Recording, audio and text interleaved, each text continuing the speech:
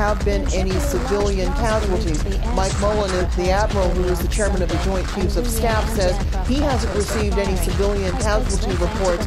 However, there is the ongoing complaining from the Gaddafi regime that civilians have been killed, and now we hear this manner of objection from the Arab League about the so-called excessive use of force in order to establish this no-fly zone.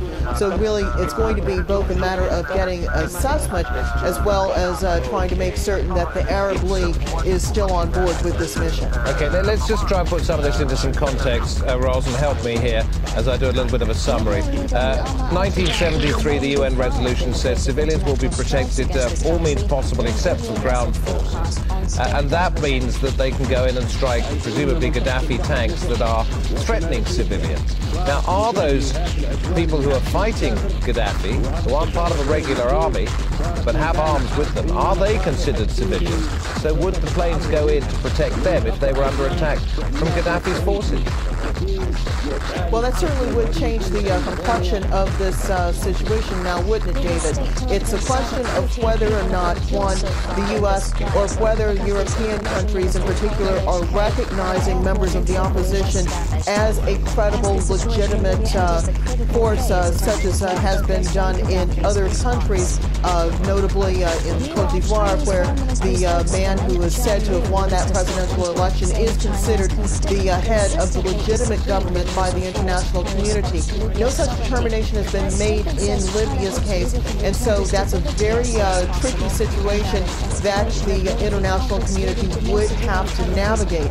That said, if they are in what is considered to be areas that are under attack, it could be thought rather broadly that the international community has a duty to protect them if they are acting on behalf of other civilians who are not armed and who are facing attack.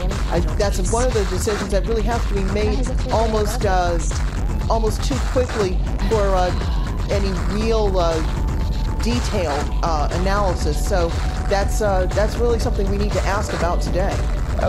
Some of this is politics, some of it is diplomacy, and it's a very complicated game. We all understand that. But this statement from the Arab League, Roz, how will that go down with people like Mike Mullen, the military people on the ground? To summarise, the head of the Arab League says we wanted a no-fly zone, not bombs. Will they turn around to him and say, how do you think you get a no-fly zone? That's probably the most likely response, David, because certainly one thing that U.S. military officials had to repeatedly say in the weeks leading up to UN Security Council Resolution 1973 was, look, this is not as easy as people might think. A no-fly zone establishment is a military operation. You can't say that you're going to keep any country from flying any sort of aircraft unless you essentially are in the area yourself trying to keep them from doing so. And the only way you can do that without putting your own forces in harm's way is to take out that country's anti-aircraft defense system. So really, what did you expect? We haven't had a chance to put that question yet to U.S. military officials or to other officials who are taking part in this operation, but that's probably the likeliest response, that you can't do it without dropping bombs. And Rosa, I'm sure it will continue, because if you've taken out the anti-aircraft batteries, you've still got to take out the command and control centres, you've still got to take out the radar, you've still got to take out the intelligence operation there. You've got to degrade all of its capabilities if you want to keep it from hurting civilians. Ross Jordan, thanks a lot. Now do stay with us here on Al Jazeera. Continuing coverage of the battle for Libya. Our reporters bring you the latest developments inside and outside the country. Detailed coverage too. Go to our website, aljazeera.net/English. aljazeera.net/English. Very interesting thing there called the timeline. You can see exactly what happened and when. To restore the cooling functions at the Fukushima Daiichi nuclear plant is continuing fears of radiation leaks. Yemen's ambassador to the United Nations has quit with the killing of 52 anti-government protesters during a rally on Friday. Crowds have been gathering in the Yemeni capital for the funeral of those who died in a crackdown which the country's human rights minister has described as a massacre. grieving for the dead, tens of thousands in central Sanaa. They came to honour some of the 52 people killed in protests on Friday. In the last 24 hours, 3 senior government figures, including the country's ambassador to the United Nations, have resigned their posts. Their reason, President Ali Abdullah Saleh's handling of the protests. We say that the threats and intimidation and repression will only reinforce our steadfastness and insistence on what is right. State TV showed the embattled president meeting with officials on Saturday to discuss the killings. It also ran these images, first played on Al Jazeera, showing an attack by snipers. The voiceover claimed they were fabricated and already on the internet 5 days before the incident. More footage shows the president with loyal tribespeople. This as the country's most powerful tribe joined calls for him to step down.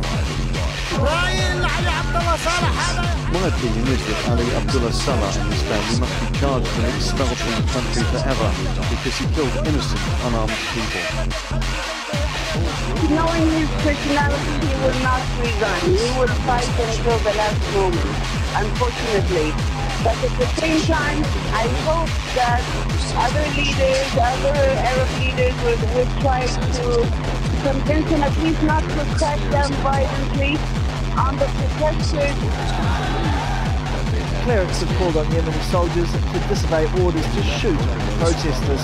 Some members of the army are reported to have joined the movement. Far from deterring the protesters, Friday's killing appears to have emboldened their call for change.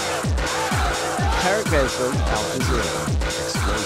We're going to hear now from somebody who is in the Libyan city of Misrata. This was a rebel-held city. We were reporting a short while ago here on Al Jazeera. But there were claims that pro-Gaddafi forces had rolled right into the centre of the city in their tanks. There were also suggestions reaching us here that cluster bombs had been dropped on Misrata. We can find out what the picture is there. Let's talk to a man called Mohammed, part of the civil community there, part of the government, if you like, inside Misrata.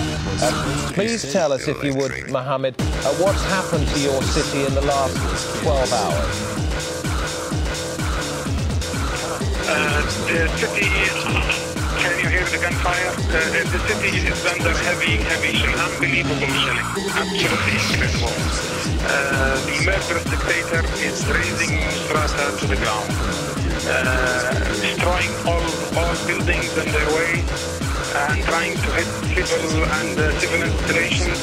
They're trying to hit the port by rockets, and trying to hit the industrial establishment in the steel complex and the main fuel depot in Misrata. And they already got on television saying that the international forces are trying to hit those places. He is trying to hit them to undermine and blame the international strikes. And he is flattening the city right across the city. Heavy shelling, random shelling, murderous, absolute destruction and carnage. How long has this been going on for? Since 7 o'clock this morning, and it has been going on for 3 days now, but today the intensity, and we hear new sounds. We think he's using cluster bombs, where you hear a big explosion and followed by many other smaller ones. We feel that he's using cluster bombs and bombs that bring out very some white smoke. This is we have not seen before. And the amount and the